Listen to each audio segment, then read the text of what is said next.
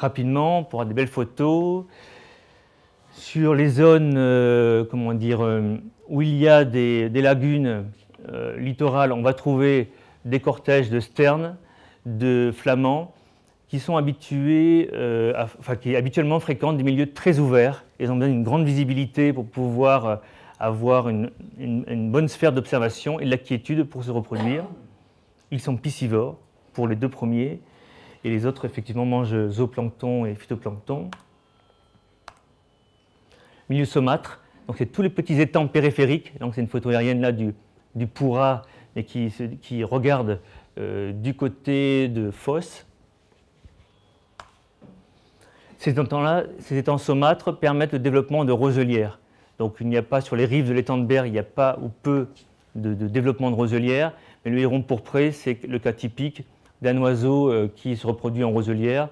Les roselières, ça va être l'embouchure de la Touloubre, et ça va être certains secteurs qui sont avec de l'eau assez douce toute l'année. Les ripisylves, la Touloubre, l'Arc, qui est souvent cité pour ce mauvais exemple. L'Arc est un secteur qui est maltraité au niveau de ses habitats sur l'embouchure, pourtant ils sont très originaux. Donc on retrouve des cortèges d'oiseaux qui profitent justement de ces zones, de ce qu'on peut appeler des accidents, ou qui sont des petites crises écologiques, mais qui permettent d'avoir des talus, des effondrements, et qui permettent, par exemple, là on voit sur des petits trous, une formation de loges pour des oiseaux qui les utilisent, comme les guêpiers par exemple. L'étang de Berre, c'est aussi la partie nord, et c'est vraiment ça, c'est ce que j'aime personnellement, c'est ce que je préfère le plus, c'est-à-dire qu'il y a très peu de zones humides méditerranéennes qui ont cette caractéristique, où on a un plan d'eau qui est entouré de massifs avec des micro-falaises, mais ça crée une grande diversité. Le secteur de Vitrolles, par exemple, très intéressant. Le secteur, là on est sur Calissane. Ça crée des conditions écologiques très intéressantes qui permettent d'accueillir le Grand-Duc, le Monticole. Mais en contrebas, on a aussi des choses très originales, où on l'a vu tout à l'heure dans les photos des années 50, le secteur des merveilles, des secteurs où effectivement on va avoir des grandes prairies, quand ils ne sont pas remplacés par des cerfs, où on peut avoir des oiseaux stépiques. Ce type d'outarde, il faut imaginer qu'elle est très présente sur la plaine de la Crau, comme le dicnem qui se trouve plus bas, mais on les trouve abondamment aujourd'hui dans les aérodromes, parce que c'est effectivement des grandes prairies ouvertes. Le cœur du sujet. Sur la partie valeur internationale, l'étang de Berre est connu et reconnu dans le monde, excusez-moi de dire ça, pour la quantité d'oiseaux présents, notamment ici, donc un diagramme rapide. Le losange rouge, ce sont les secteurs qui accueillent plus de 20 000 oiseaux. C'est le cas de la Camargue, mais tout le delta compris. Donc là, c'est le deuxième.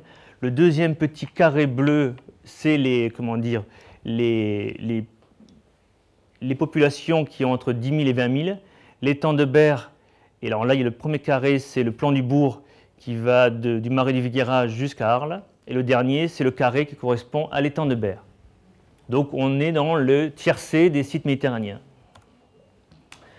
Wetland, rapidement, 2,5 millions d'oiseaux recensés en France. Alors le programme Wetland, c'est un programme international qui est organisé une fois par an, qui est à mi-janvier, où partout dans le monde, on compte les oiseaux d'eau à la mi-janvier. Donc tous ces chiffres sont comparables. Alors bien sûr, on peut rater une saison, s'il pleut pendant 5 jours, entre le 12 et le 17, on est dedans, mais sinon, ça permet d'avoir sur des grandes séries des choses intéressantes et notamment comparées. Là, la liaison n'est pas bonne, mais en gros, la région de PACA accueille 10% des effectifs d'hivernants en France. Des enquêtes un petit peu qualitatives. Les sites protégés sont minoritaires. Il n'y a que à peu près 20% des zones humides en France sont vraiment protégées pour les oiseaux, mais elles accueillent les 2/3 des oiseaux hivernants. Donc il y a peut-être un lien entre les deux, il n'y a pas de statistiques, mais ça paraît intéressant. Les comptages en janvier, donc là j'ai une petite série que je rajoutais sur une décennie. On voit de façon régulière l'étang de Berre accueille 20 000 oiseaux d'eau chaque hiver. Là, c'est la retenue du Pourrat qui accueille aussi beaucoup d'oiseaux et qui est comptabilisée dans la série. Mais dans le détail, il peut y avoir des grandes variations pour les espèces. Là, c'est le Filigule morillon qui hivernait de façon importante dans les années 80-90 et on voit un effondrement des effectifs depuis très longtemps. C'est mesuré de la même façon partout en France. C'est à cause d'une moule, la moule zébrée. C'est un oiseau malacophage et qui reste plutôt maintenant en hivernage dans les grands lacs alpins, suisses notamment, parce que l'espèce de moule zébrée est présente là-bas. Donc on a une réponse sur le territoire. Un record, et l'intervention précédente sur les poissons, notamment les gobies, m'intéressait beaucoup parce que cet oiseau qui est le grébacou noir, eh bien c'est le site de l'étang de Berre attire les convoitises du monde entier car on accueille le plus grand nombre d'effectifs hivernants. C'est-à-dire qu'il y a des régions, notamment en Afrique, pour 40 grébacous noirs hivernants, on fait une réserve. Hein. Donc ici, on n'en est pas là.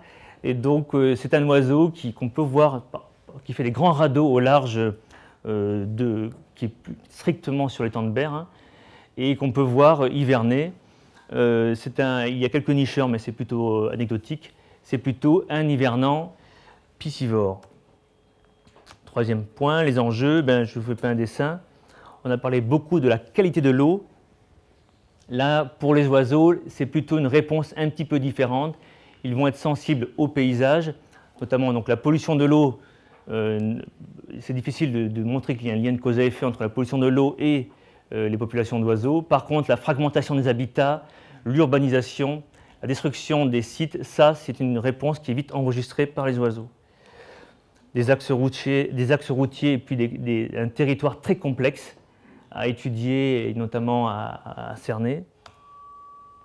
Mais le bilan des courses, c'est que c'est un des grands sites majeurs pour l'hivernage des oiseaux d'eau, mais qui n'a aucune réserve naturelle, pas de réserve de chasse fonctionnelle, pas d'inscription dans les sites Ramsar, alors qu'on a les capacités d'avoir les critères Ramsar pour le désigner, pas d'ENS, vous verrez dans la pochette, il y a les ENS du Conseil général, et il n'y en a pas d'ENS, en tout cas, ou une seule sur Castillon, dans le secteur de l'étang de Berre, pas de site classé, et un seul APB, arrêté de protection préfectorale des biotopes. Si on compare avec nos voisins camarguais, là c'est l'empilement, là c'est le millefeuille, ils ont tout. C'est-à-dire ils ont réserve biosphère, réserve de chasse, réserve intégrale, RNR, réserve naturelle. Donc ils ont un florilège d'outils et on n'a pas l'équivalent, loin s'en faut, sur l'étang de Berre. Quelques outils, quelques bonnes nouvelles quand même. Le dispositif Natura 2000. Donc on a depuis peu des collectivités locales, donc là c'est le secteur de la CAPEM qui a pris en charge de réaliser le DOCOB. Le CICEB a fait la même chose pour des autres secteurs sur Beaulemont, Saint-Chamas et Berre. Une deuxième bonne nouvelle, c'est quand même l'engagement du Conservatoire du littoral pour l'acquisition des sites. C'est vraiment aujourd'hui l'un des outils les plus performants que nous ayons pour garantir la pérennité et la viabilité écologique des sites pour l'accueil des oiseaux. En ce qui concerne les LPO, alors un peu nos perspectives. D'abord, essayer de finaliser une coordination et de faire valoir les observations des oiseaux sur l'étang de Berre. C'est très difficile d'avoir aussi une homogénéité des acteurs et des suivis sur l'étang de Berre. Mise en place d'un projet de station de bagage des oiseaux sur du monitoring sur plusieurs années sur un site, sur une zone humide. Valoriser davantage les résultats dans le détail, plus détaillé que ce que j'ai fait aujourd'hui. Et enfin, mobiliser les acteurs pour favoriser la mise en place de sites protégés. Je demande la moitié de ce qui est en Camargue et ça sera très bien. Voilà, merci de votre attention.